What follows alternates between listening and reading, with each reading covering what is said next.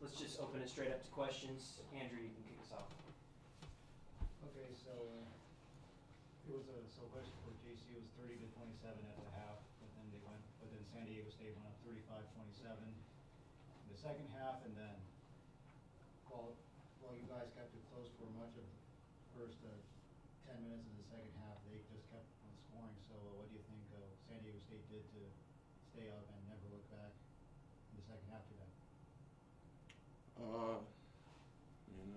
They made shots. That's what it comes down to. They made shots. We did. They made plays when it's time to make plays, and we did. JC, anything on that San Diego State was doing on defense to kind of disrupt the offense? Because there's a couple runs they went on where you guys kind of had scoring droughts, and anything you were seeing from the defensively that was stopping your offense? No, not really. They're a long, athletic team. It's nothing we haven't seen before. It just comes down to us taking care of the ball, and getting the shots we want, and then making the shots. We work on it every day in practice. We ride Welly. We rode him all year. He's gonna have a off game every now and then, so we have to have other guys come in and pick it up like Keith did today. And we're gonna have more guys clearly. So it just comes down to us making shots and everybody being ready to play when it's time. Yeah, question for Keith. Tonight you scored 21 points off 6 for field goal shooting and 9 for 10 from the free throw line. When you come in when you entered the game, I should say, as a 65% free throw shooter. So what do you think is behind you going 9 for 10 from the start tonight? Just repetition. Getting in practice, getting in the gym with my own, shooting the ball. Really, that's it. And then talk about a little bit about, were you guys looking early and often to try to get Ryan Welch that 3-point shot to get him the record early in the first half, or do you think that played a factor at all? No. We go in just trying to play our game. Welly's gonna get his buckets. It's not necessarily we're going in trying to find out a way to get Welly a three. Sometimes we run plays for him, specifically for him, but it wasn't a statement made that we said we had to go get Welly the record. I'm pretty positive he's gonna get it next game. So, JC, what do you think was behind?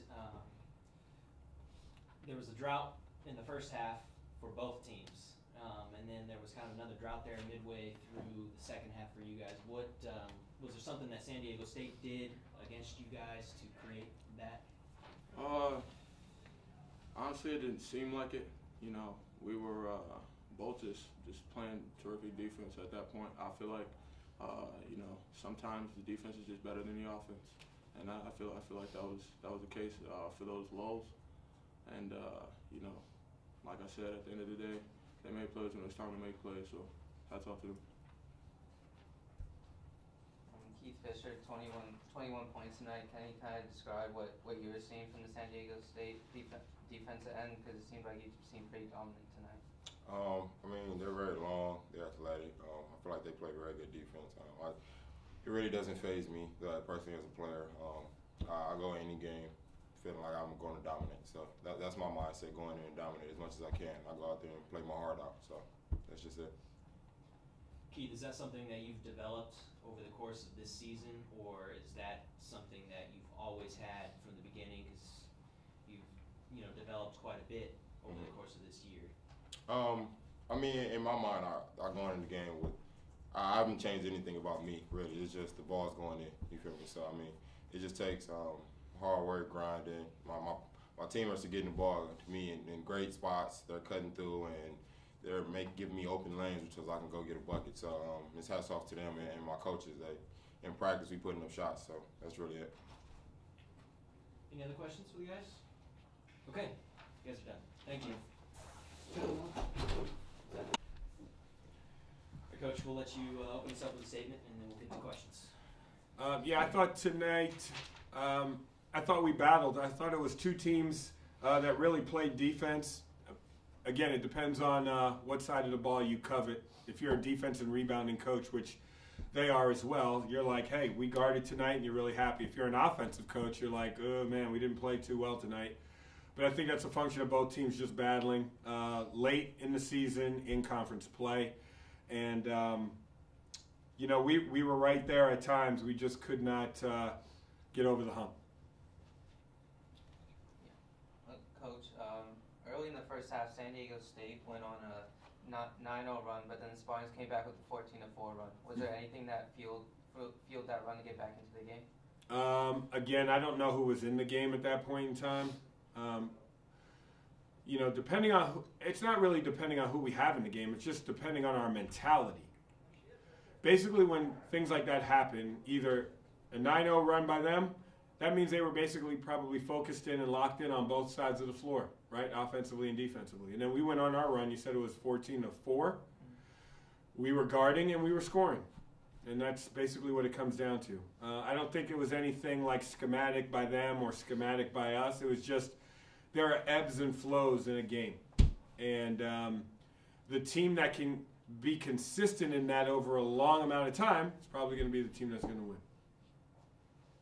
Yes, Coach. Tonight your team held San Diego State, which is traditionally one of the better teams in the Mountain West, to 39% shooting. And you had a +2 rebounding margin tonight. Yes. What do you think it says about your team that they were able to pull that off against one of the better teams in the Mountain West? What does that say about our team? I think it says our team is not giving up. The guys believe in the message. They're trying. They're playing as hard as they can, and they're still competing.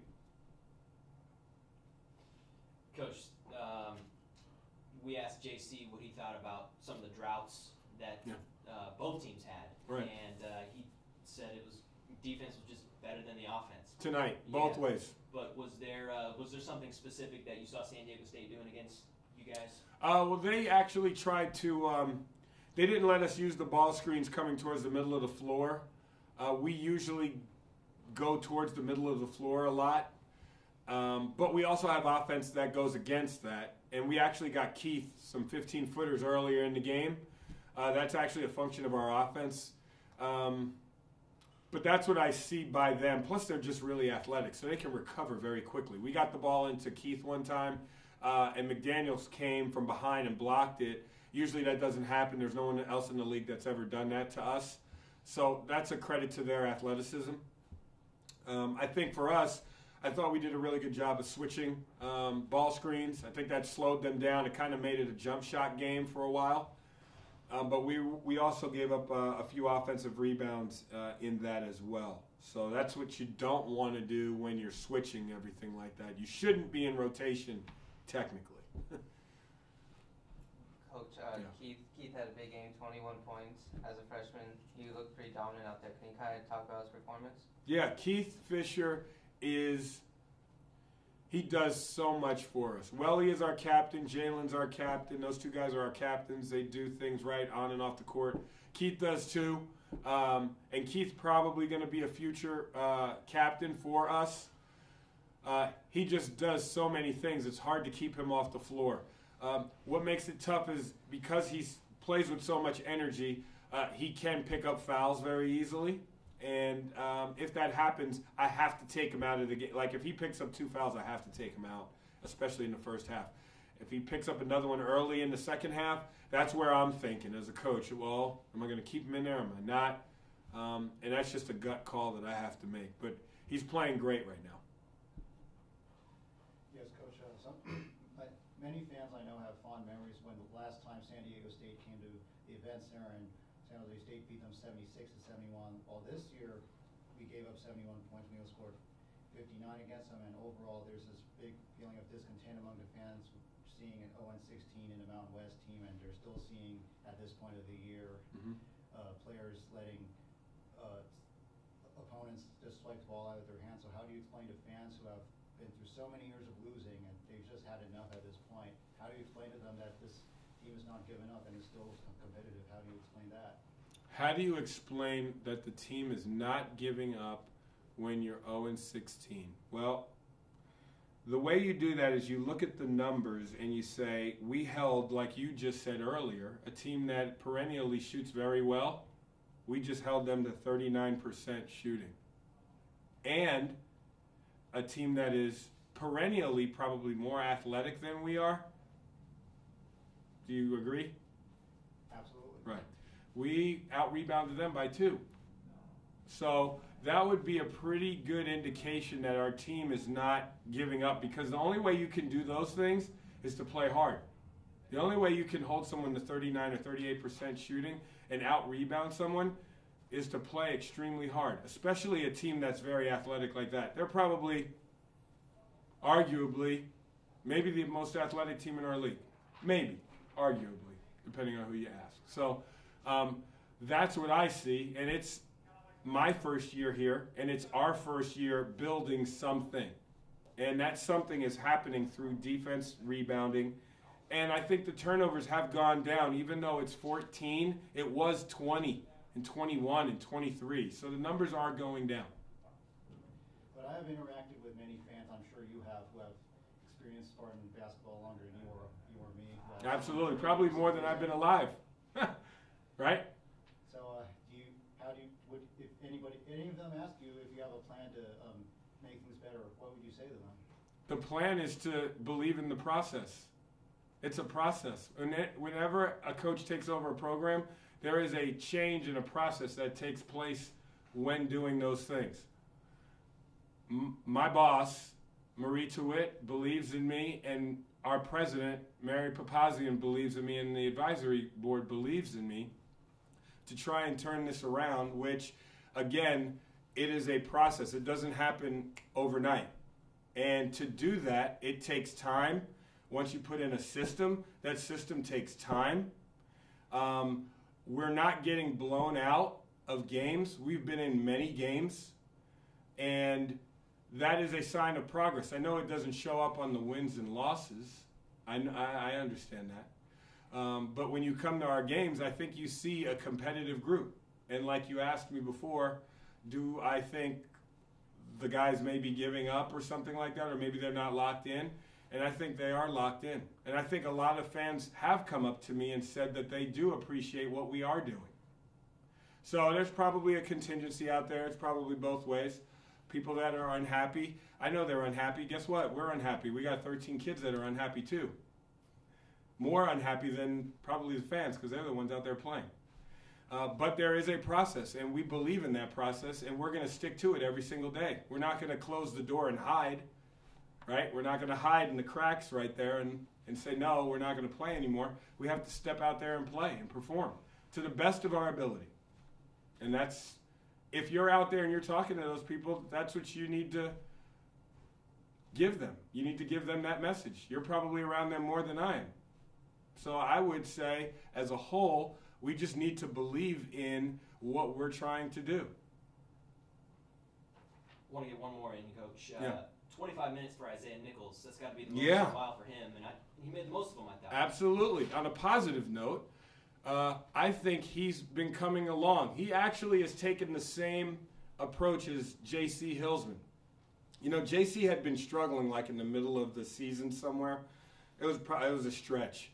And what he did was he just started trying to focus in on, let me just try and get better. Let me just try and understand the offense. Let me just try and understand what coach is trying to teach and preach. And I think that's what Isaiah has done. And because he's done that day in and day out in practice, it's starting to translate over into the game. And that's what everyone saw tonight. Okay. Thank you. All right. Thanks. Did you guys get books?